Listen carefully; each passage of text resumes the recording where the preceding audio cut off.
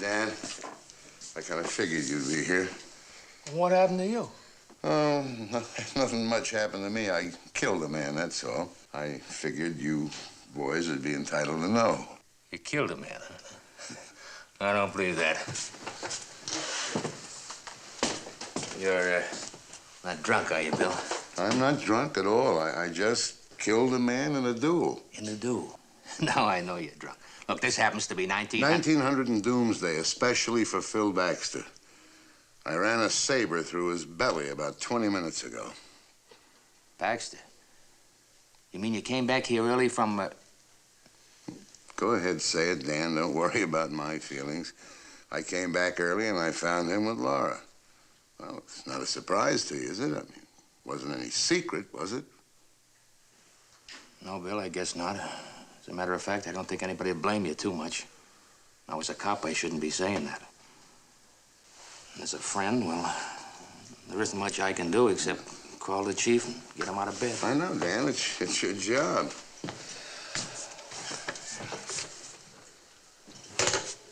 A saber, Bill? Well, you can bet it wasn't a scout knife. You've seen that stuff I have up at the house. Baxter, did he have a chance? He had a saber. He had the same chance I had, Dan.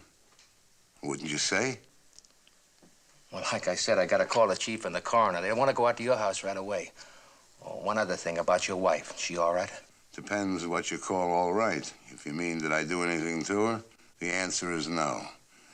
Maybe I should have, maybe I even wanted to, but I've never been any good with women. The chief is never gonna believe this, I'm telling you. After all the times you, me, and him went fishing together. Oh, another thing, Bill, a friendly tip. Might be smart to call your lawyer on that other phone before you do any more talking to me or anybody else. I got you. Chief Brewster, please. Well, I don't pretend to make any excuse for what happened. If I told you I had any noble motive other than satisfying my anger and my humiliation, I'd be lying. It's, well, just a case of I came home that night when they didn't expect me. I found the two of them together, and what happened after that, I've told you time and again.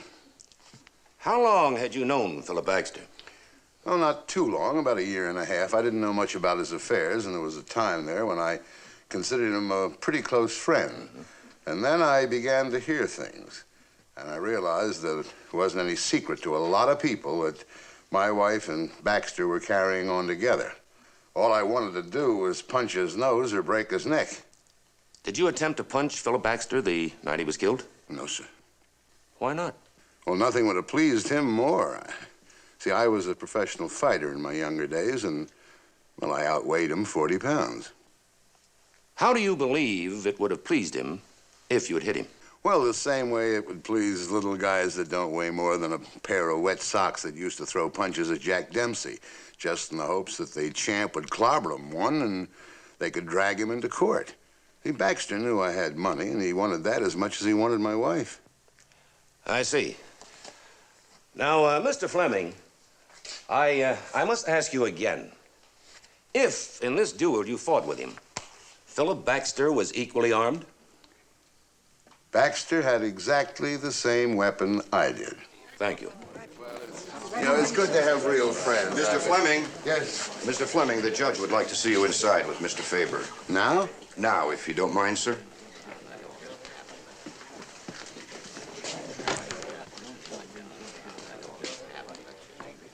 Sit down.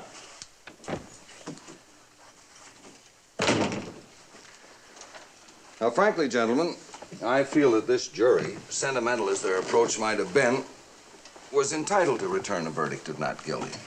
I think that my instructions to them reflected my own feelings. You agree, George? Oh, completely, sir. Good. Then we'll get on to the matter at hand.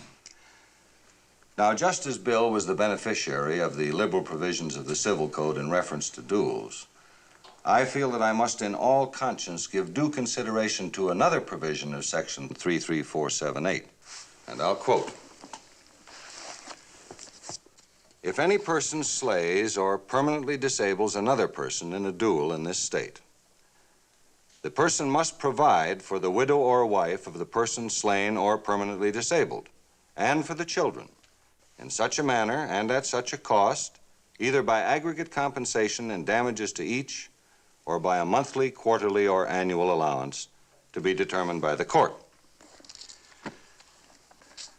Now, having anticipated this, I can tell you both that the deceased Philip Baxter was a widower, but he is survived by a son.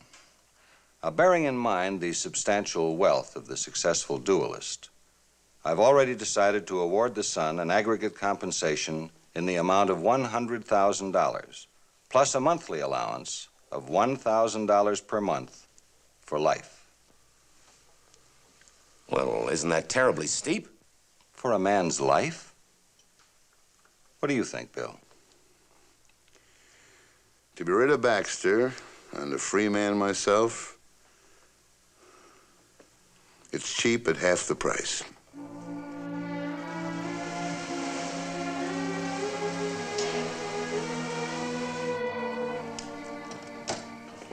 I'll go in with you, Bill. No, never mind. Just gonna throw a few things in the bag. You can drive me back to the hotel.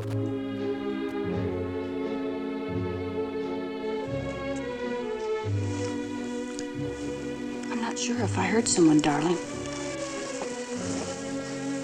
Music is so loud.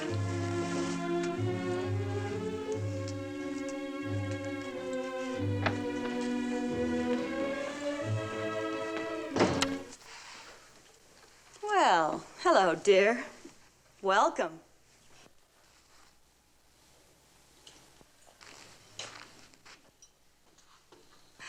I thought I heard you stumbling around outside. Can I make you a drink? We have company. You expect me to be surprised? Yes, dear.